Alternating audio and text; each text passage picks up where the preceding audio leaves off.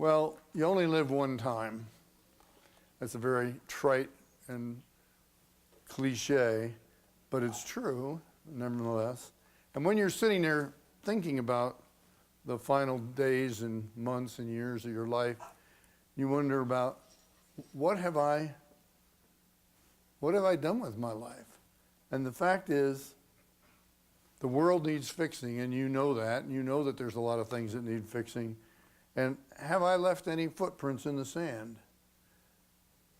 I know that when I was working in Silicon Valley and people would come up to me and try to enlist my collaboration in raising money to help somebody, I would look at them like they'd lost their mind. I'd say, are you crazy? I am so busy, I can't even get out of my own way. And you want me to go off and be involved in some charitable venture to help somebody else? I'm sorry, I can't do it. Well, God had other plans for me, and He gave me the good fortune to be a co-founder of a company called BEA Systems. BEA stands for Bill, Ed, and Alfred, and I'm the Ed. So it turned out to be a situation that was financially very worthwhile for me, and changed my whole perspective on the world. And I thought to myself, well, what are you going to do with this money? And so one day I'm sitting in church with my wife in Milpitas, and the pastor read a letter from a waitress who had two children. One was severely disabled and one was not disabled. And she had to get up at the crack of dawn, get on the bus, go all the way across San Jose, put the one child in special daycare, go back across San Jose, put the other child in school, and then at the end of the day reverse the process day in and day out. And she was at her wit's end, and she asked the pastor if the church could in some way help her find transportation. I looked over at my wife, and she said, "You want to buy her a car, don't you?" I said, "Yeah, you're right, I do. I want to buy her a car."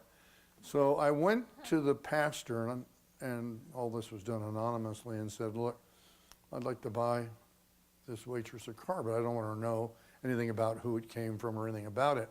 And he thought that was a good idea, so he went off on this mission, only to discover that she didn't know how to drive.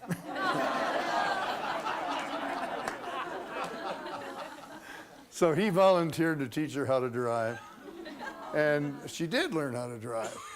And 9 months later, the pastor read another letter in the church talking about how her life had changed and how she now was able to give love and attention to her children because she had the time to do it. And that changed my life. And when you have that kind of an experience, giving becomes an addiction. You know, you can't stop yourself. You just go from to the next opportunity to the next opportunity, because you realize that what you're doing actually affects what happens to people. And as I started to go down this journey of trying to give away my money, I met another fellow who had quite a bit of good fortune in Silicon Valley, and he had founded an organization that specializes in work in Ethiopia, work with poor people. And what they do is they build classrooms and dig wells in small villages to help the people have a better life. And he came to me and he said, I had founded this thing called the Center for Global Development, which deals with the public policy issues of the rich countries and how they interact with the poorer countries. And so he thought maybe I might be able to give him some advice. And I said, well, look, there's a lot of villages in Ethiopia, and there is no way that you or any other individual is going to be able to dig all the wells and build all the classrooms that that country needs. You've got to use your money to create organizations that influence the people who do have the money. And mostly that's the governments, to build those those classrooms and dig those wells. And he said, that's really very wise guidance, and I'll certainly think about it, but he didn't take my advice. Went back to digging wells and building classrooms, which is a great thing, because they certainly do need it, and it makes an impact. But the point I'm trying to make is that you can do a lot more for the world if you leverage your giving.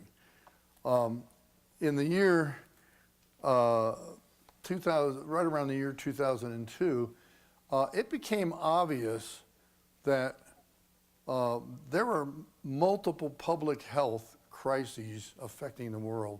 The most visible and most obvious one was the HIV/AIDS pandemic. And it looked for a while like it was just going to kill everybody. That they were never going to be able to stop this thing because there was no real medical solution. But eventually, medical science came up with these antiretroviral drugs which keep people alive even though they have they're HIV positive. And so the idea was, well, why don't we get the countries of the world to put all their money in a pot and deal with the three biggest health crises the world is facing: HIV/AIDS, malaria, and tuberculosis. And so a thing called the Global Fund was established. The Global Fund has, Bill Gates and the Gates Foundation put up some of the seed money, and the Global Fund is supported 1/3 by the US, 1/3 by the European countries, and 1/3 by everybody else. Since 2002, the Global Fund has dispersed about $30 billion. And here's what it's achieved. It's put 9.2 million people on antiretrovirals. And I guarantee you those people would be dead today. I mean, because HIV/AIDS doesn't go away. When you get infected, you eventually get full-blown AIDS and then you die. And so if you don't have a drug intervention, you've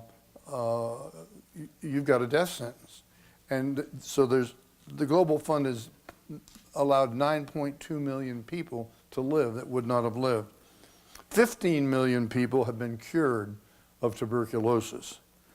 And over 700 million people have been given bed nets and trained how to use them so they could avoid malaria.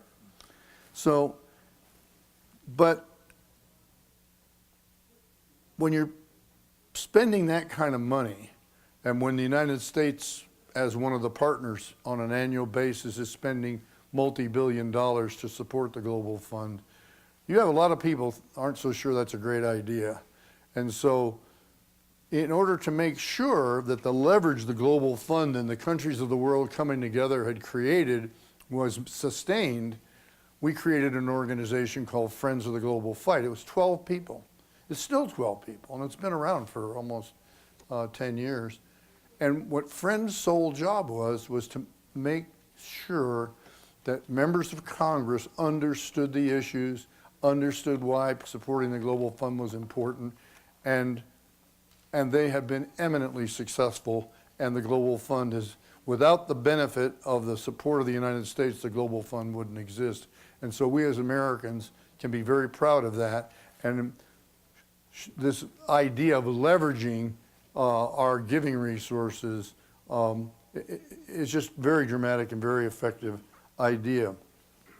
Now, one of the things that also endangered this war against major disease was the high cost of the antiretrovirals. If you remember when Magic Johnson made the dramatic announcement that he was HIV positive, everybody expected that he would not live very long, he would die very shortly thereafter. But then it was discovered that he was actually taking an experimental cocktail of drugs which was keeping him alive. But that cocktail of drugs was costing $20,000 for one person. And the math just doesn't work. You just can't take $20,000 per person and to be able to make a change in how this disease is combated in the global scene. So in 3 stages, groups of AIDS activists supported by Bill Clinton, who is a very smart guy and understood the whole benefit of leverage, got together and got the drug makers who were making the generic antiretrovirals, and they brought the price down from $20,000 a year per patient down to $130 a year. And now it's less than $100. So when you have those numbers, now you can really do something. Now you can really change the world.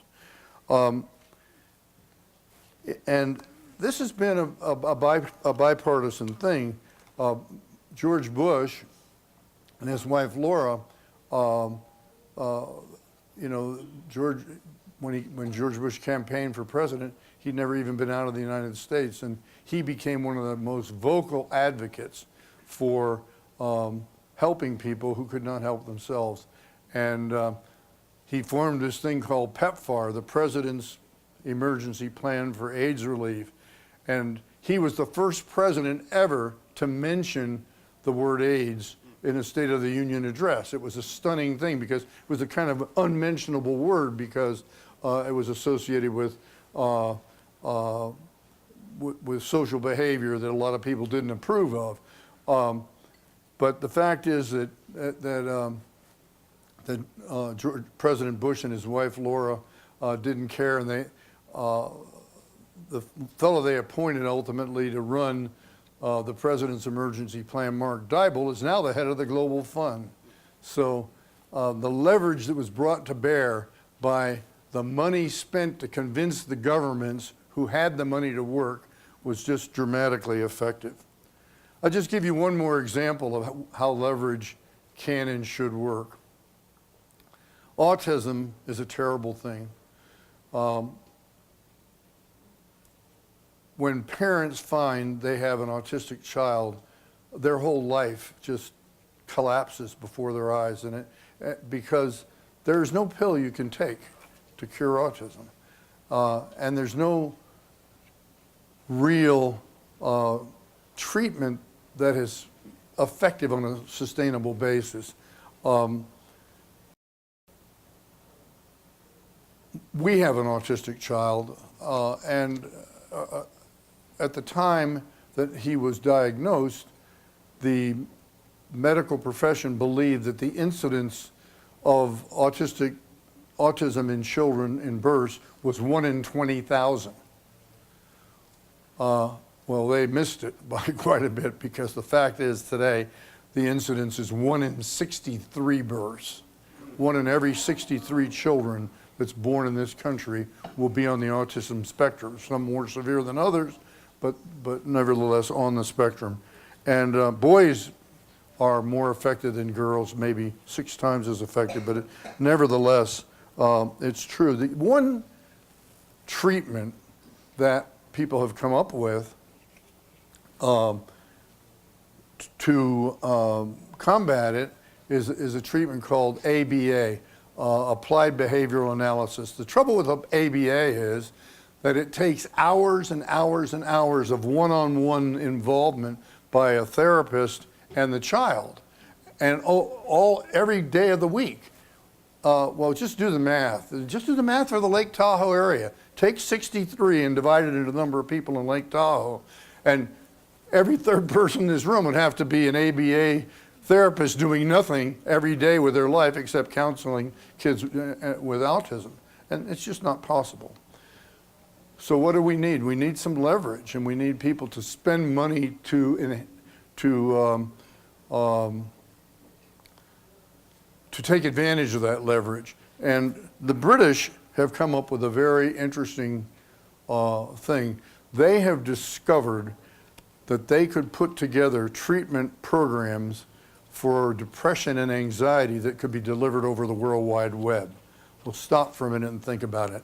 Now those people in Britain, and by the way, the British government put its money where its mouth is. They put aside $800 million for this program, pounds, not dollars, pounds, which is over $1 billion. And now all of a sudden, a counselor who can normally, see 8, 10 people in a day and see them maybe twice a month, can now maybe supervise the treatment of 200, 300 people. And the people can take the treatment any time of day or night, on the weekend. The child can, or the person who's depressed or anxious can repeat the therapy, and you get just tremendous leverage by having put these treatment programs into a form where it can be delivered in a very leveraged way. And we're working very hard to replicate that, not just in terms of the treatment models, but just even in terms of the information that parents need to know, because most parents have no idea what it means for a child to be autistic or what can be done about it anyway. But the parents, the grandparents, the siblings, the police, the teachers' aides, all of them need this. Well, if you tried to have a seminar like this and teach all those classes of people, you'd have to fill up the Yankee Stadium. There just isn't enough room. And so again, using the leverage of these information programs that affect directly the health of people who are affected with autism is really the one hope for getting a grip on this terrible scourge. These are some other examples of leveraging initiatives. I won't take more than a couple of seconds on each, but Bono was the figurehead for our Jubilee campaign, which was a big debt reduction campaign at the turn of the century to help relieve the debt of the poor countries. And that then morphed into the organization that Robin talked about earlier to get public awareness of not only the issues of debt in Africa, but other issues that affect the poorer countries. I've mentioned this Center for Global Development, and I'll make just quick mention, I don't know how the word Scott got on there, but I tell people don't put it on there, but put it back. But anyway, we put together a program in Liberia. Liberia is a country that was the gem of West Africa. And then they went through 15 years of horrible civil war and people like Charles Taylor running the country. And people could have gone out and, and did, and just raised money to distribute however they could to the people, to the people affected by this war and this conflict, and try and make their lives better. But the fact of the matter is that, with $1 million a year, we were able to help to field more people to work in the offices of the Liberian government, so the Liberian government could actually have responsibility itself for making the country a better place. And it's been a tremendously successful program. And a good example of how, if the money we had spent on that was approximately $1 million a year, had just been given to the Liberian government to disappear, it would just disappeared into thin air, and the impact would never have been felt. So, how should the 1% give?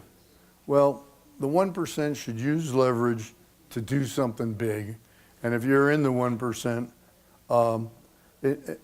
think about it and consider doing it, or partner with somebody who's doing something big, and bring some of your financial resources to bear and get the benefit of that leverage. If you're not in the 1%, but you're in the middle class, well, you still can contribute, and you can still take advantage of philanthropic leverage.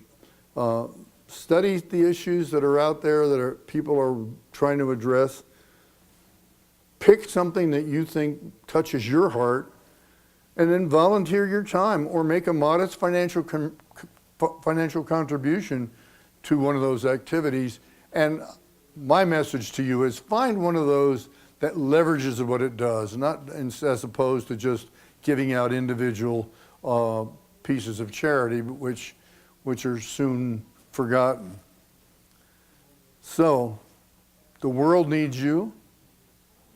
Don't sit on the sidelines. Don't buy any more fancy cars or Picassos. Go help some individual in distress. Use leverage to address the major global problems that need fixing. Leave some footprints in the sand, and you'll be very happy you did so. Thank you.